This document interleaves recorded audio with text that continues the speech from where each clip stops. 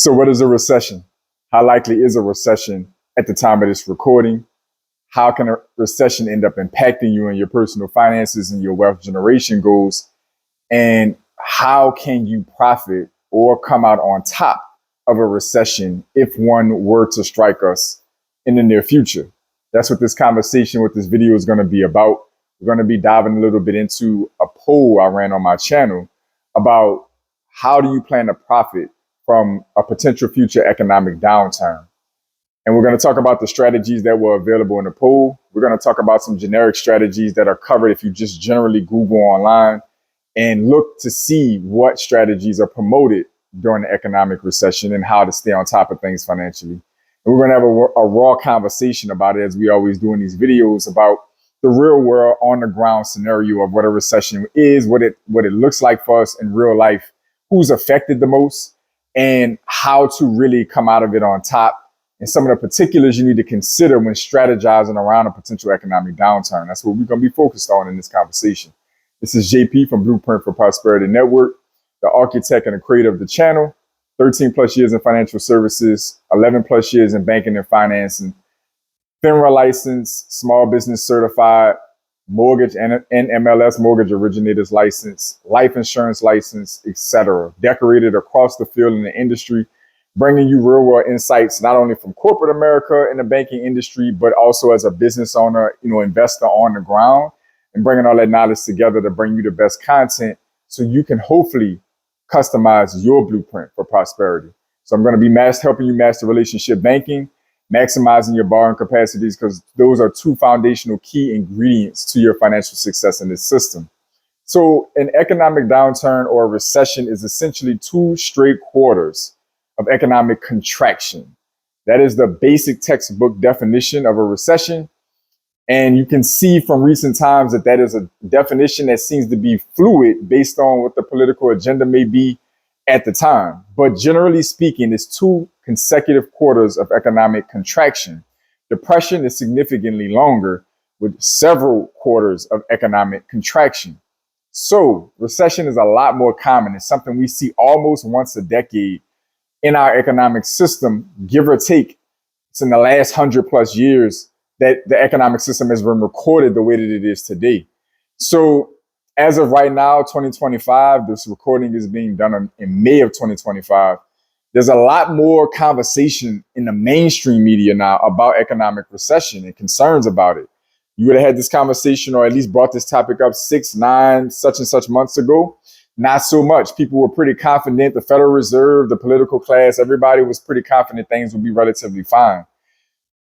That having been said, we're in a new economic and political cycle, and we have an administration that's come in and made some serious changes, and those changes have startled or shook up the concept of a potential recession being a lot more probable or possible now than it was some months prior to that inception of that administration, right? So we are looking at increased probability of a recession, okay? And due to the tariff policies in the first quarter, we've already technically seen a retraction in the first quarter from the GDP. So if we have that same contraction going into the completion of the second quarter, which is the end of June, we're technically in a recession as of July, right? So it's possible. Now, there's some nuance to the economic contraction or the GDP contraction that we saw in the first quarter, okay? It really had a lot to do with how it's documented or how it's calculated when it comes to the GDP. But I don't want to get into all of that right now. There's other sources that dove into that pretty deeply, but it's just the way the trade situation went down that kind of affected things. The overall economic system really didn't change that much, but the way it's calculated in the tariff situation and the trade imbalances, that situation kind of sparked a numerical contraction in the GDP. All of that fancy stuff aside, what does this look like? How does this impact us? And who is us that is impacted the most? Well, to be completely frank, Black America gets hit the hardest, and everybody else on the social economic ladder kind of gets hit based on where they fall on the ladder. If you think about a tree getting shook at its core, those hugging on to the root of that tree are a lot more likely to be able to hang on. In this analogy, that would be those closer to the economic activity, those that are closer to, higher up in the wealth hierarchy, or those who are close enough to the business opportunity or maybe the political class. The rest of us that are the working class, the working poor, even the middle class are the ones hanging on the outer branches, holding on for dear life, those branches snapping off as the tree's getting shaken, if we're going to use an analogy like that, right? So it depends on where you fall, but the majority of us, myself included, even though I do relatively well for myself, I still arguably am generally middle class in the majority of the country. And most of you watching this are either, working poor, working class, or middle class. Those, blanket terms that really don't have solid definitions to them. So most of us are the most exposed to recessions when they come around. And if you happen to be in Black America, it's even more so because we are typically the ones furthest removed from the center of influence or the center of economic activity in the sense of speaking. And so that doesn't mean that if you're from another ethnic or racial group that you're not impacted. Everybody gets hit bad depending on where you are. But again, being obvious, being fair, in reality, Black America gets hit the hardest. So economic contraction it's going to have several mechanisms that play out in that scenario when we start talking about how it can affect us financially. And then we're going to dive into some of the strategies, what I covered in the poll, et cetera. Okay. So you got to think about a few things. This generally means that the velocity of money has slowed down. This means that money in our economic system has slowed down. That's really the major tangible change that's happening that even created the dubbing of a recession or depression. It's the slowing down of flow of money in our economy. And that slowing down of money typically is going to lead to, a loss in activity. And again, that's where your GDP or your gross domestic product contraction comes into play. A lot less activity is happening monetarily, business wise. When that happens, you have cascading effects that happen and that proceed that process or situation. So you got to think about lack of flow of money. So that basically means that you have less spending and borrowing. So banking activity is going to drop.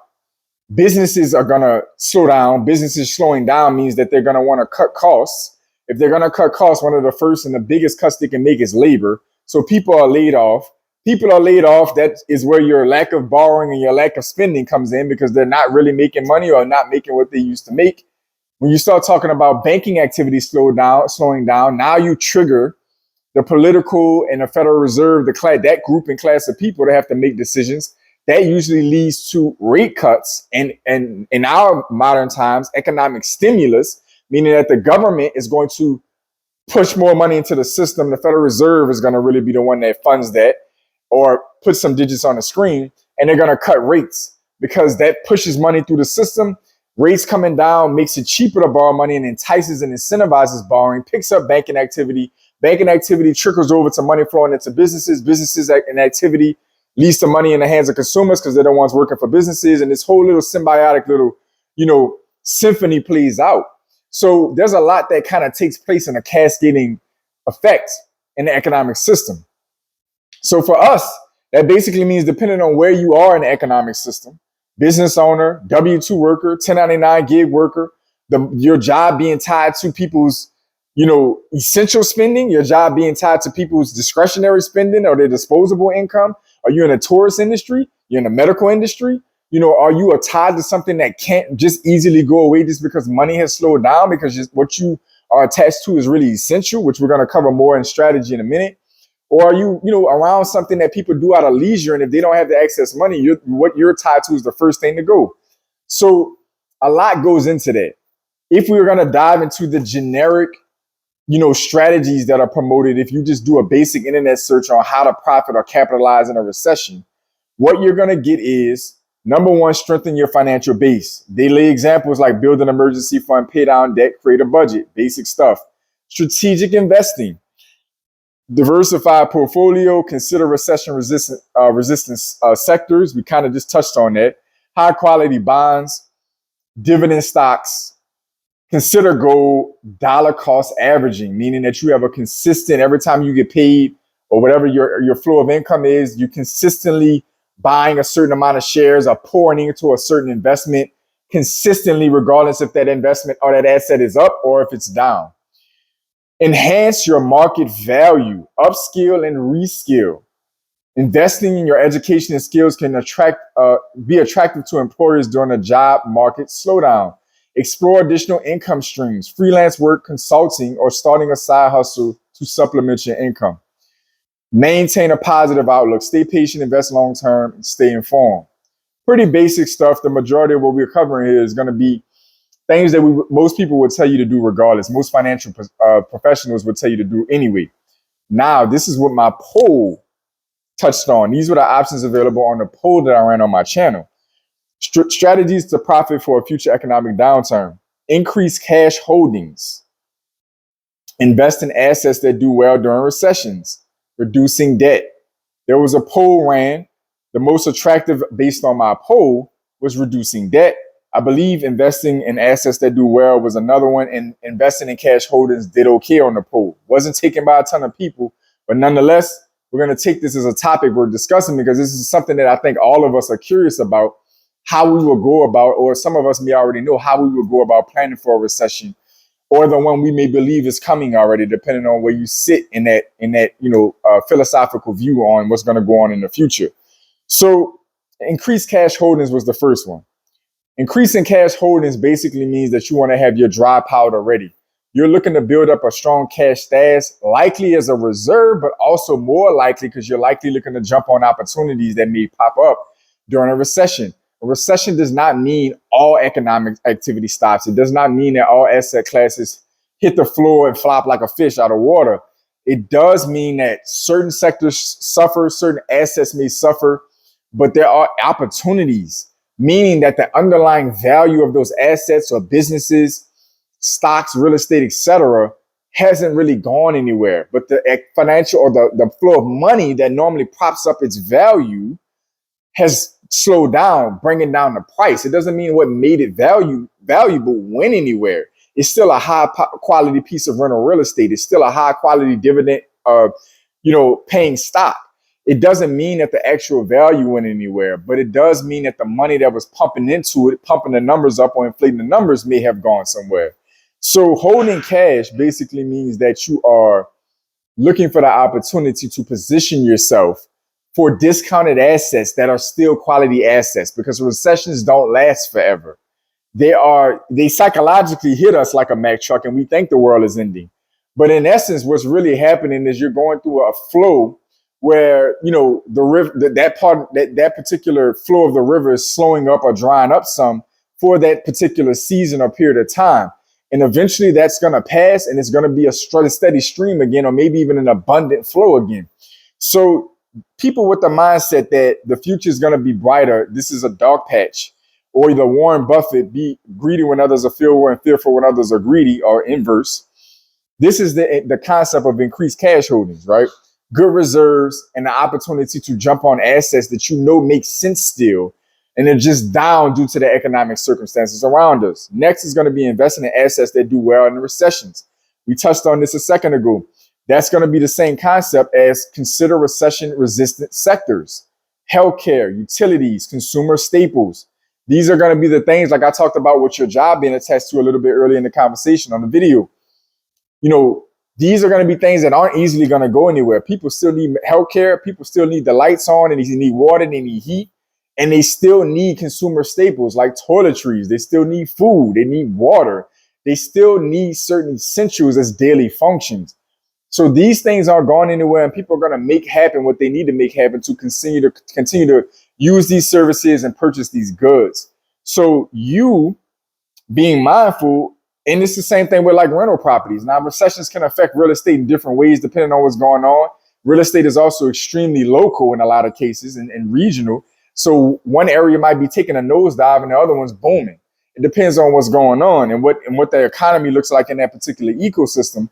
But again, real estate, generally speaking, is not just going to universally go flat. People still need somewhere to lay their head. They still need somewhere to do business. They still need somewhere for various human activities. That's not about to change and go anywhere because money slowed down. So that, again, creates another opportunity with due diligence to capitalize on. Finding a consistent, sectors to continue to invest in. And that ties really into the dollar cost averaging concept. Staying consistent, even if the value of what you're investing in is dropping. Because it's not really the value that's dropping. It's the monetary attachment that's dropping. It's the the money that normally flows into it that's dropping. What made it valuable didn't change. If we wake up in July and the data comes in for the second quarter of this year, and it turns out we're officially in a recession, whatever made Nvidia, whatever made Tesla, whatever made Facebook, whatever made whatever you're investing in valuable, is still there. It didn't change just because the economic system slowed down as a whole. So what happens is the money stops flowing into it and the price may come down. The value's still there. And that's the whole concept of buying low and selling high. So that is really the concept of investing in assets that will do well in a recession, reducing debt. This is an interesting and a borderline tricky one, believe it or not, because if you have to pick between stashing up cash and paying down debt, there's some things you need to ask yourself, because the first thing you need to keep in mind, when recessions hit, the first thing the economic system is going to do, the Federal Reserve in particular, their natural mandate, lower interest rates. They have a dual mandate of maximum employment and price stability. So that basically means price stability is inflation, maximum employment. If we have a recession, as I laid out earlier, that means that people are going to likely start losing their jobs. In order for people to not lose their jobs, businesses need liquidity, they need money flowing, and they need activity flowing. So the Federal Reserve is going to drop rates, and they're going to find ways to pump money into the system to entice spending and borrowing, which keeps businesses with business. And if businesses have business, they keep their employees. So reducing debt is a tough one, because if they're going to lower rates and you're busy trying to pay the debt all the way off, it really depends on what type of debt it is. Is it a debt that you can refinance instead? You know what I'm saying? Most debts, once rates come down, even the brutal ones like credit card debts, can be renegotiated. And so that might be a better idea depending on what the debt is, maybe not credit card debt itself, but if we're talking about mortgages, auto loans, maybe student loans, these upper single digit, low double digit debts, that might be something to hold on to. If you can refinance it down some without having to worry about wasting or locking your cash into paying it down or paying it off, and you can put your cash to the side for assets that might bounce back really well when the recession is over and the economy starts to recover, especially if money's pumped into the system and rates are dropped. We've lived through this already, people. We've lived through what that does economically. When rates are dropped and money's pumped into the system, it's post-COVID 2.0. We've seen this already. 2008 really had the same thing. Rates were dropped, cash was pumped in the system, and within a few years, a lot of the stock market had a ridiculous bull run, and you barely could miss in real estate. Crypto was another one that came out of the ashes and was a hell of a ride, but somewhere to put your money. At the end of the day, sometimes some debts are worth holding on to for the economic uptick the upswing you can catch getting into assets cheap. So if I got to pick between paying off a $20,000 or $30,000 car, that might be at 8, 9, 10, 11%, or I can take that same $20,000 or $30,000 and buy a rental property that's 20, 30% below market value, but the underlying value is still there. It's going to bounce back and possibly even go past what it was when things were healthy. Then that 8, 9, 10, 11% I could be saving on that fixed, debt, installment debt, doesn't compare to the multiple ways I can get paid in the multiple wealth generators that rental property is going to provide: tax benefit, mortgage pay down, equity growth, cash flow. These are things that this 8, 9, 10% on this single car note can't provide me. So it's really important to think about that when you talk about reducing debt. I know it's immediately a go-to because a lot of people just understand the concept of not having debt. But on this channel, I'm not anti-debt by any means if it's sensible. Not all debt is unproductive debt. Some debt is deadly. Some debt is a gift.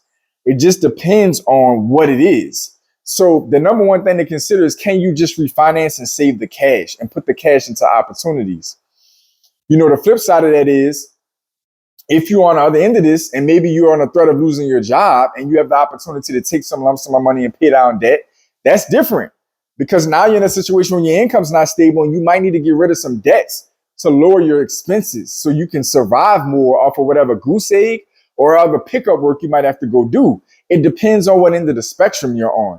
But these are the kind of conversation and the framework that you need to put in place when considering what the economic future can hold, because a recession is highly possible at any time.